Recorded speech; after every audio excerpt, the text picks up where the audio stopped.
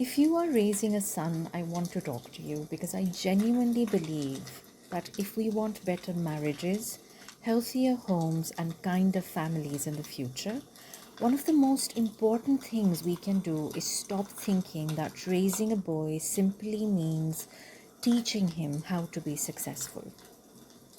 We need to teach him how to become a good human being. If I had a school, I would put this into the curriculum. Not as an occasional assembly, not as a lecture once a year, as part of their regular education. We should teach our boys accountability.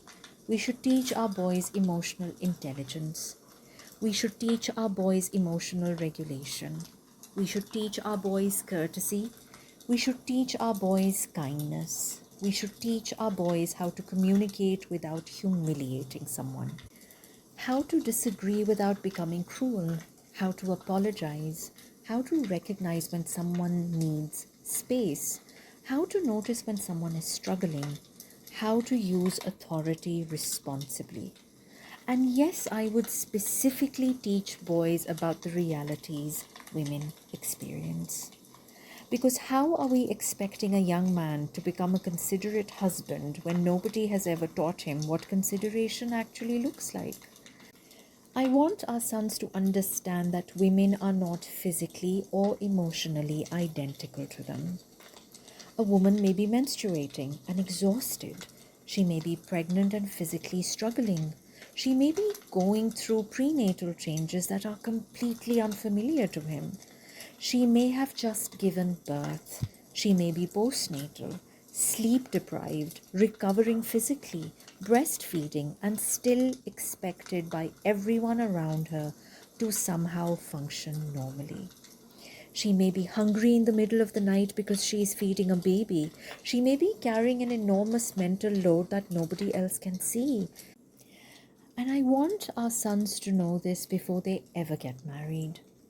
Not so they can treat women as fragile, not so they can think women are incapable, but so that they understand that being considerate is part of being responsible. I want a boy to grow up knowing that sometimes the right thing to say to his exhausted wife isn't "why can't you just do it?" Sometimes it is "you've had a long day, I'll do it." Sometimes it is noticing that she hasn't eaten. Sometimes it is taking the baby so she can sleep. Sometimes it is giving her 10 minutes alone. Sometimes it is simply not making her explain why she is exhausted. That isn't weakness, that is akhlaq, that is courtesy, that is care, that is understanding what it means to live with another human being. But I also want to teach our son something else. Do not make one person responsible for the entire functioning of the home, because this isn't exclusively a women's problem. In some homes, the woman is carrying everything. She remembers everyone's appointments, she knows what everyone needs, she manages the children, she manages the home, she remembers the birthdays, she knows where everything is, she carries everyone's emotional needs. And eventually, of course, she is exhausted. But in some homes, it is the man carrying the entire weight of making everything function. He is working, he is providing, he is solving every problem, he is making every decision, he is carrying the financial pressure, he is responsible for keeping everything moving. And eventually, of course, he is exhausted too. The problem is not whether the person carrying the load is a man or a woman. The problem is expecting one human being to carry the weight of everyone else's functionality. That is not sustainable. That is not kindness. And that is certainly not the model of a healthy family. So I want to raise boys who understand that a home is not a place where one person serves everyone else. It is a place where people look around and ask what needs to be done and how can I help. That should be instinctive. Not because someone nagged you, not because someone assigned you a task, but because you have enough awareness to see that another human being is tired. And this is where I think we need to come back to the very basics of our deen. Because so much of this is actually very clear. Accountability. Look at yourself. Look at your behavior. Look at your akhlaq. Look at your haya. Look at your modesty. Look at the way you speak. Look at the way you use your strength. Look at whether your presence makes life easier or harder for the people around you. There is no concept of just me. What do I get? What do I deserve? What is my right? Why should I have to? Why should I adjust? Why should I sacrifice? That cannot be the entire foundation of a family. Our deen asks us to look beyond ourselves, to be accountable for ourselves, to ask what we owe, to ask how we can make life easier for those around us. And I want our sons to grow up with that consciousness. I want them to know that being a man isn't about being served. Being a husband isn't about being obeyed. Being a father isn't about being feared. Being a son isn't about having a mother who does everything for you. It is about responsibility. It is about care. It is about character. It is about understanding that the people Allah places in your life are not there to make your life convenient. They are people you are accountable for how you treat. If I had a school, I would teach all of this because I don't want to produce boys who simply know how to pass exams. I wish as a society we would produce boys who know how to pass through this world without leaving broken people behind them. I want to raise future husbands who understand that their wives are people before they are wives. Future fathers who understand that their daughters are people before they are daughters. Future sons who understand that their mothers deserve care, not just obedience. And ultimately, I want to raise men who understand that good character is not an accessory to deen, it is part of it. Because what is the point of knowing every rule if you don't know how to be kind? What is the point of religious knowledge if the people closest to you are afraid of you? If we want peaceful homes tomorrow, we have to start teaching boys today. Not just how to provide, how to care, not just how to lead, how to listen, not just how to be respected, how to be respectful. And if you are raising a daughter, I want to talk to you too, because this conversation cannot only be about teaching boys how to treat women. We have to teach our girls too.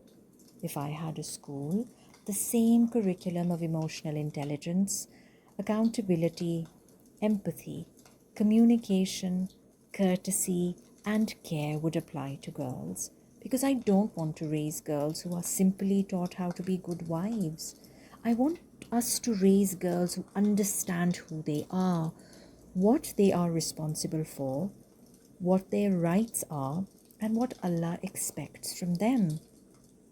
I want our daughters to know their rights. I want them to know that respect does not mean having no voice, that kindness does not mean tolerating cruelty, that patience does not mean accepting injustice, that being a good daughter, wife, mother, or daughter in law does not mean abandoning yourself. And I want them to understand something equally important. Men and women are not identical.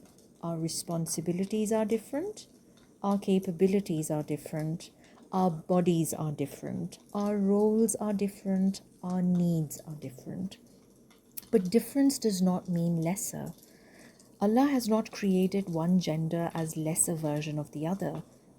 I want my daughters to grow up understanding that they don't have to become men to have dignity. They don't have to compete with men to have value. And they certainly don't have to prove that they can carry everything alone. At the same time, I want to teach them accountability too, because rights come with responsibilities, and this is where I think we have to come back to the basics. Look at yourself, look at your behavior, look at your akhlaq, look at your haya and modesty, look at how you speak to people. Look at whether your presence makes life easier or harder for those around you. So, no, this cannot become another conversation about which gender carries more. The point is that one person should not have to carry everyone. A healthy home requires people who look around and ask, what can I take off someone else's plate? Not, what am I entitled to? Not, why should I have to? Not, but what about me? There is no foundation for a healthy family in endless me. And to ask, how can I make life easier for the people around me? That question should be taught to our daughters just as much as our sons. I want our daughters to know how to communicate, how to apologize, how to regulate their emotions, how to be kind, how to disagree respectfully, how to recognize someone else's needs, how to give space, how to practice courtesy even when they have been given authority. Because I don't want us to raise women who enter marriage carrying the expectation that everything should revolve around them. I want us to raise women who understand mutual responsibility. I want our daughters to know that their future husband is also a human being. He will have needs. He will have difficult days. He will make mistakes. He will need kindness. He will need respect. And she will be responsible for how she treats him too. This isn't about raising submissive girls, and it isn't about raising rebellious girls. It is about raising grounded girls, girls who know that Allah gave them dignity, girls who know their responsibilities, girls who know their rights, girls who know how to set boundaries without cruelty. Girls who know how to receive boundaries without seeing every boundary as oppression.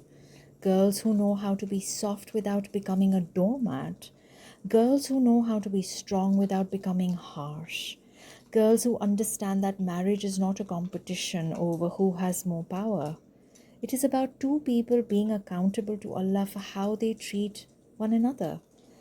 And perhaps most importantly, I want our daughters to understand that their worth does not come from being chosen by a man, not from being a wife, not from being a mother, not from how much they can tolerate, not from how much they can sacrifice, not from how perfectly they can fit into someone else's idea of a good woman. Their worth comes from the fact that Allah created them. So if I had a school, I would teach all this. I would teach boys what women experience. I would teach girls what men experience. I would teach both of them how to communicate, how to regulate themselves, how to show empathy, how to practice courtesy, how to respect boundaries, how to take responsibility, how to apologize, how to care for another human being. And most importantly, I would teach them that deen is not about making everyone else serve you. It is about accountability. It is about looking at yourself before you look at everyone else. It is about asking what you owe before asking what you are owed. It is about asking whether your presence brings ease or unnecessary difficulty to the people around you. Because I don't want to prepare our girls simply to survive marriage. And I don't want to prepare our boys simply to run a household. I want to prepare both of them to build one. And perhaps that is where we have gone wrong. We keep asking, what should we teach our daughters so that they become good wives? And what should we teach our sons so that they become successful men? Maybe the question should be, what do we teach our children so that they become good human beings? Because if we get that right, perhaps the husbands, wives, mothers, fathers, sons, and daughters we hope they would become will follow. And perhaps one day we will stop teaching our children how to survive one another and start teaching them how to care for one another. And perhaps that is where the entire conversation should end. Allah has already told us what He looks at.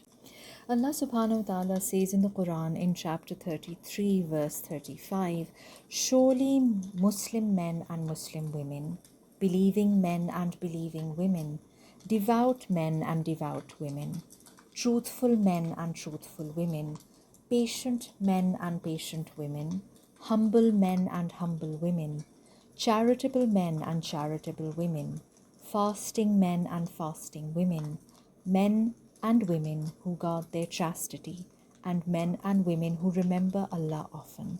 For all of them, Allah has prepared forgiveness and a great reward. Perhaps that should end the discussion, because Allah did not tell us that one gender was inherently more worthy of His reward.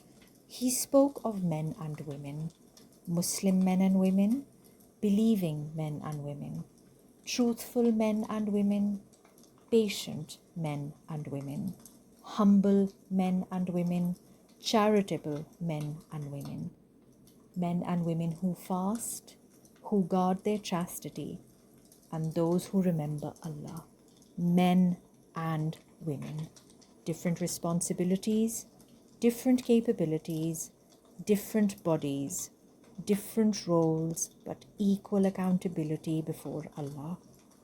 So perhaps our job is not to keep arguing about who is more important. Perhaps our job is to look at ourselves and ask, am I becoming the kind of human being Allah is asking me to become? Because ultimately, that is the curriculum and that is the standard.